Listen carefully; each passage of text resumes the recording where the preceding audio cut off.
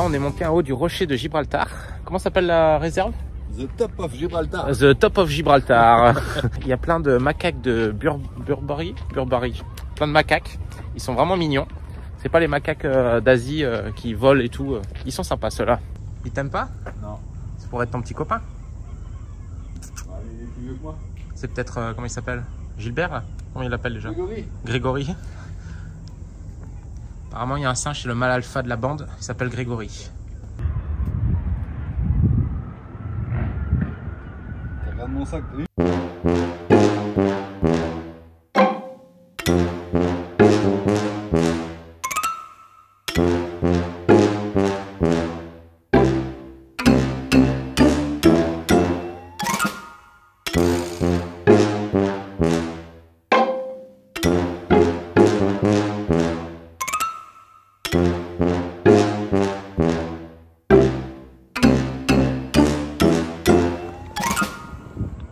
Salut, moi je m'appelle Nico. Je me gratte les fesses. Ouais, tu fais pareil. C'est pas mal ça. Check? Non, check what? Ouais, là-bas c'est Tanger. Non, mais là. Pas de l'autre côté de la mer. Alors ça c'est Nicolas, mon équipier, je sais même pas pourquoi je l'ai pris. Il fait que des conneries. Il dit ça, mais même. Il fait que des conneries, la dernière fois il m'a pas accroché l'annexe. Voici la preuve en vidéo.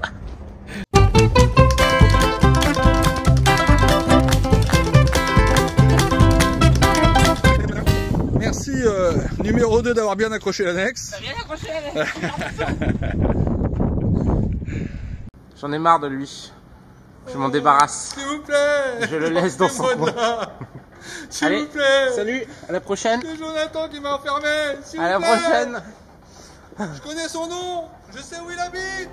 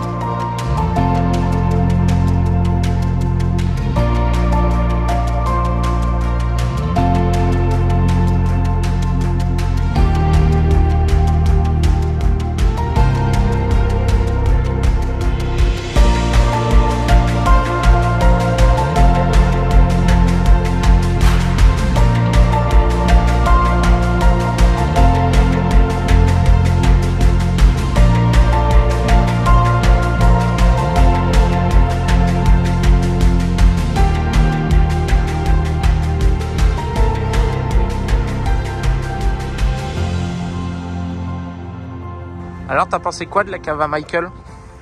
C'était pas mal. C'était impressionnant. Un peu trop touristiqué. Oui, moi je trouve que c'était très touristiqué. Mais c'était très joli, faut bien avouer.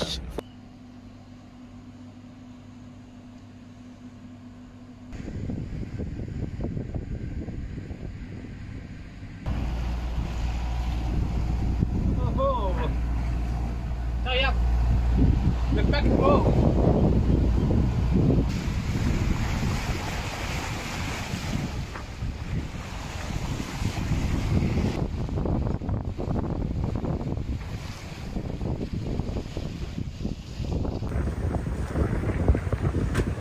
Nicolas du Maroc. On vient juste de traverser le détroit du Gibraltar.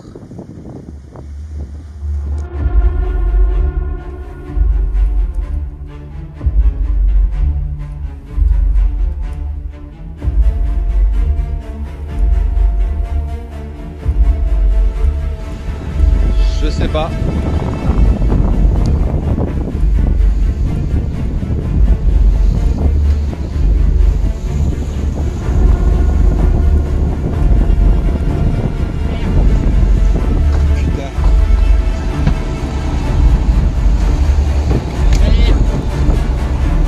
Avec Carole.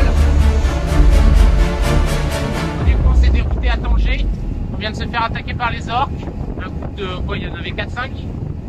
Et ben, elles nous ont pas loupé, elles ont tapé 5-6 fois dans le safran, mais elles sont parties, j'ai démarré le moteur et on est allé le plus vite possible pour les, pas pour les semer, mais juste pour que ça soit, on va dire, plus difficile pour elles.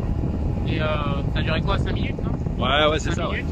Bah, du coup, on a encore la barre, il n'y a pas de fuite d'eau, mais on est obligé de se dérouter pour voir s'il y a des dégâts, parce que si le safran vient à tomber après, on n'est pas dans la merde. Ah. Donc du coup, on se déroutait, on n'a pas le choix, on est obligé de vérifier sous l'eau. Voilà, c'est bien.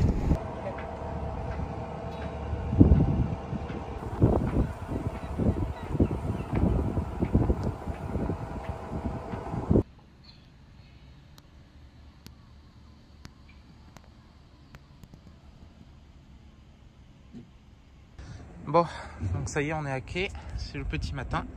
Après nos périlleuses aventures douanières et d'immigration, on peut vérifier le safran qui paraît être en bon état. Il ne semble pas avoir de crack et puis tout semble être ici. Bon, et bien voilà, à quelques dizaines de milles de la sortie de Gibraltar, on s'est fait attaquer par les orques. On n'y pensait vraiment plus du tout. Moi j'étais à l'intérieur et là Nico dehors qui me dit « Oh là là, j'ai vu quelque chose, j'ai vu quelque chose ». Je sors, je lève la tête et dans le soleil, c'était magnifique, hein, les orques elles étaient majestueuses. Hein. Dans le soleil, là, côté bâbord, elles sortent dans les vagues, on avait 2 mètres de houle, 20 nœuds de vent, on avançait vraiment super bien, on était à 7 nœuds, 5, 8 nœuds. Dans les vagues, elles prennent notre direction et je prends mon appareil photo en me disant « Tiens, je vais faire des super photos » et ça dure 5 secondes avant que je réalise que mince, elles viennent pour nous. Et là, là on a moins rigolé. On était sous génois tangonais, donc on avançait vraiment bien, portant. Et donc je démarre le moteur et le temps que je passe derrière à la barre, elles étaient déjà là, elles avaient déjà commencé à taper. Moi mon idée c'était vraiment de démarrer le moteur et aller le plus vite possible en me disant que ça allait être plus difficile pour les orques de taper dans le safran et de l'abîmer quoi. Alors, parce qu'il y a des protocoles, ils disent il faut s'arrêter et rentrer les voiles et puis plus rien faire. Mais bon après on est un peu à la merci des orques, donc elles peuvent facilement casser le safran et elles partent quand elles ont envie. Alors quand on est à 8, 9, 10 nœuds on va dire, ça devient un peu plus compliqué pour elles, bien qu'elles soient très rapides. Mais bon, elles pourraient plus vite se lasser et ce qui a été le cas pour nous, on n'a pas eu de casse et on s'est débarrassé d'elles en 5 minutes. Donc je pense que pour notre cas, ça a été positif. Et on n'a rien cassé, donc je pense que ça a été la bonne décision de faire ça. Là du coup le pilote s'est décroché, heureusement il y a une sécurité dessus qui fait que quand ça force le pilote se retire. J'attrape la barre et là moteur, je mets le moteur plein gaz. On était à 5,7 milles de Tanger, on était vraiment en face de la ville de Tanger. Voilà, c'est la position sur laquelle nous ont attaqué. On peut voir la trace, on s'est mis un peu à zigzaguer. Je suis parti sur bâbord, donc 90 degrés en descendant. En allant vers Tanger. Et là je dis à Nico de suite vérifie vite les fonds de cale, voir si on prend pas l'eau ou si elles n'ont pas pété le tube de chaumière, parce que ça peut aller très vite, hein. Tu casses le tube de chaumière et ça y est, c'est fini, hein. Le bateau se met à couler très vite.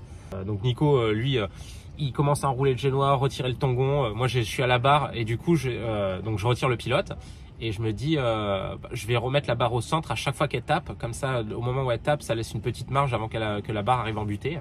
Donc elles se mettent à taper toutes les 10 secondes à peu près, toutes les 10-15 secondes. On est travers aux vagues, on a 2 mètres de vagues avec quand même des bonnes petites mers formées. Je sais même pas la vitesse à laquelle on est, mais bon, supposons qu'on était déjà à 7 nœuds, puis là j'ai mis le moteur à 2800 tours, on était à fond, on devait être à 9-10 nœuds, je sais pas, j'ai jamais vu la vitesse. Voilà, ça dure 5 minutes, elles reviennent à plusieurs reprises, 6 fois. Il y a eu des petits coups, mais des 6 gros coups, où à chaque fois elles mettaient la barre complètement embutée, ça me faisait vibrer tout le bateau. Et on sentait que c'était pas trop pour jouer quand même, hein. Elles étaient quand même assez agressives. Ça a duré 5 minutes, elles sont parties. Et nous, on a pris la direction de Tanger, on n'a pas pris le risque de continuer. C'était trop risqué parce qu'on ne pouvait pas voir si le safran était abîmé. Donc on a continué la route vers Tanger pour vérifier le safran. Donc les histoires d'orques dans le détroit de Gibraltar et puis le long de la côte du Portugal, c'est pas des bêtises, hein. Il y en a vraiment, j'en doutais pas, ça c'était sûr et certain. Mais nous on s'attendait pas à se les prendre, surtout qu'on avait vérifié sur le GT Orca Atlantica, le site web sur lequel ils recensent la plupart des attaques. Et il n'y avait rien de recensé depuis novembre 2023. Donc on s'est dit, bon bah ça y est, apparemment ça s'est un petit peu calmé, on va avoir de la chance. Puis surtout qu'on était à la sortie du détroit, donc on s'est dit, bon bah ça y est, c'est terminé. Voilà, donc on a continué notre route vers Tanger. On est arrivé vers 19h30 à Tanger. Il faisait un peu nuit. On n'a pas eu trop le temps de voir le safran pendant qu'il faisait encore jour. Alors on s'est mis à un ponton. Quelqu'un nous attendait sur le ponton. Alors on avait appelé? Non, j'avais pas appelé à la VHF. On avait vu qu'il y avait un petit ponton d'attente, donc on est arrivé là-bas et quelqu'un nous attendait sur le ponton d'attente. Je sais pas combien de temps ça fait qu'il attendait, ou il a dû nous voir arriver. Et on arrive, donc je dis vite fait, on s'arrête juste en urgence pour vérifier que tout est ok sur le bateau. On s'est fait attaquer par les orques. Il a l'air de ok, d'accord. Et il nous dit il me faut les passeports, papiers du bateau, on va aller faire les papiers d'immigration. Alors, je dis ouais, mais on reste juste pour la nuit, on va pas descendre du bateau, pas du tout sortir. Ah non, faut aller faire les papiers, faut les passeports et tout. Et je dis on peut pas faire ça demain matin. Ah non, c'est maintenant. Donc là commencent les papiers au Maroc. Donc je m'attendais pas vraiment pas à ça. Je descends, donc je suis cette personne aux douane et immigration. Alors non, c'est pas douane et immigration. Ici il y a les douanes, il y a la police royale, il y a la gendarmerie royale. Il y a quoi d'autre? Il y a la police, la gendarmerie royale et la douane. Bon bah là, 15 minutes, 20 minutes, 30 minutes. Le mec essaie de faire marcher son imprimante. C'était dimanche soir, ils étaient un petit peu fatigués. Donc 30-35 minutes plus tard, il me fait le propriétaire. Ah bah non, c'est pas moi le propriétaire, je suis skipper. Ouh là là là là là là. Oh là, bah il va falloir l'attestation. Moi j'ai pas l'attestation, mais on peut l'appeler si vous voulez. Non, faut l'attestation. Vers 20h, j'appelle Carole pour qu'elle m'envoie une attestation comme quoi je suis le skipper du bateau. On retourne là-bas. Ensuite, ils demandent nos professions. Donc moi je dis photographe. Ils avaient peur que je sois journaliste. Alors, je dis photographe, mais bon, je leur ai expliqué non, je suis pas journaliste. Enfin, ils s'attardent sur des questions qui ne font aucun sens. Et les douanes viennent finalement contrôler le bateau. Et là, on a vraiment rigolé. Enfin, on a rigolé, pas sur le moment, mais bon, après on en rigole. Ils rentrent dans le bateau, ils commencent à fouiller. Donc les drones sont strictement interdits au Maroc. Donc faut éviter les drones au Maroc. J'en ai pas, hein, vous le savez. Et là, ils trouvent une carte du monde à l'avant dans la chambre propriétaire. Une grande carte du monde de 2013. Et là, ils voient que le Maroc n'est pas... Enfin, si, le Maroc est relié au Sahara occidental. Donc le Sahara, c'était marqué le Sahara occidental et qui était relié au Maroc avec des petits pointillés. Et là, les petits pointillés, ça les a titillés. Et ils n'ont pas du tout aimé. Donc en fait, ils sont partis avec la carte en disant que non, ça les a un peu froissés qu'il y ait les petits pointillés sur la carte. Donc ils ont roulé la carte et ils sont partis avec. Sinon, on n'a pas eu de soucis particuliers. Mais ça a été long et on n'avait pas trop envie de faire ça après l'attaque des orques. On voulait juste se reposer et puis voir si tout allait bien, quoi. Bon, on a finalement fait les papiers, ça s'est bien passé et on est reparti le lendemain matin. Bon, ça y est, on a fait les papiers de sortie, on est prêt à repartir. Nico a tout lavé, regardez comme c'est propre. Tout lavé et relavé après la visite des autorités. Ah ouais, parce qu'on s'est fait contrôler en l'espace de 12 heures 2 fois par les douanes le bateau.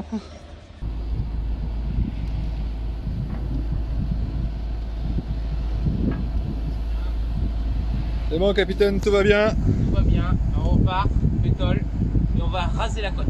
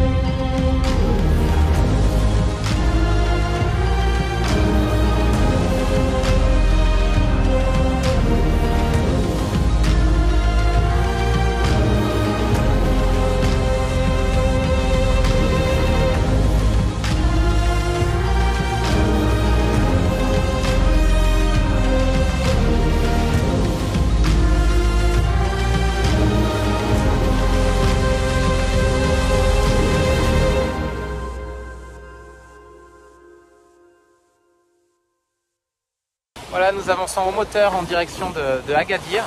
On va pas pouvoir aller jusqu'aux Canaries car on n'aura pas assez de temps à cause de cet arrêt un peu d'urgence à Tanger. Donc Agadir c'est 411 000 et Lanzarote c'était à 590. On va s'arrêter avant. Là il n'y a vraiment pas de vent donc on avance au moteur et on devrait arriver demain soir ou après-demain matin, juste avant la tournante et que le vent de sud arrive.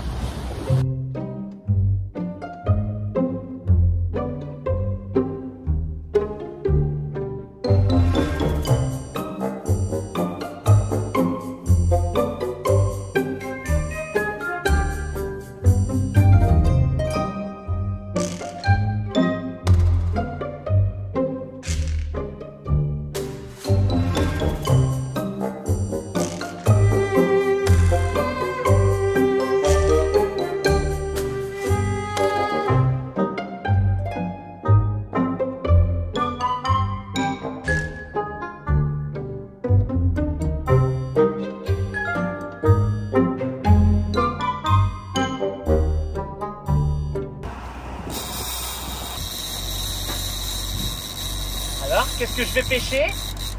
Ah, je sais pas, un orque peut-être. Elle va pas être très grosse, hein.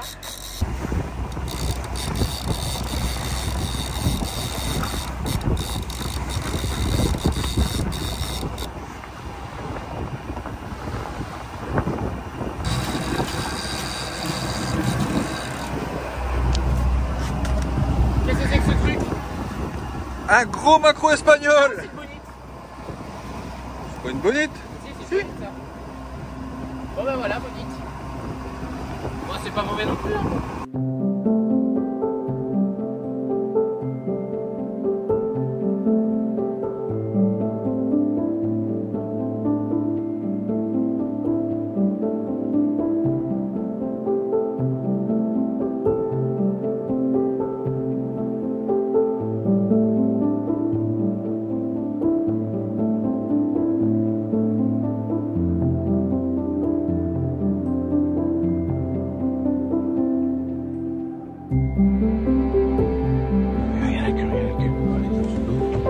Et on a un petit clandestin à bord. Alors?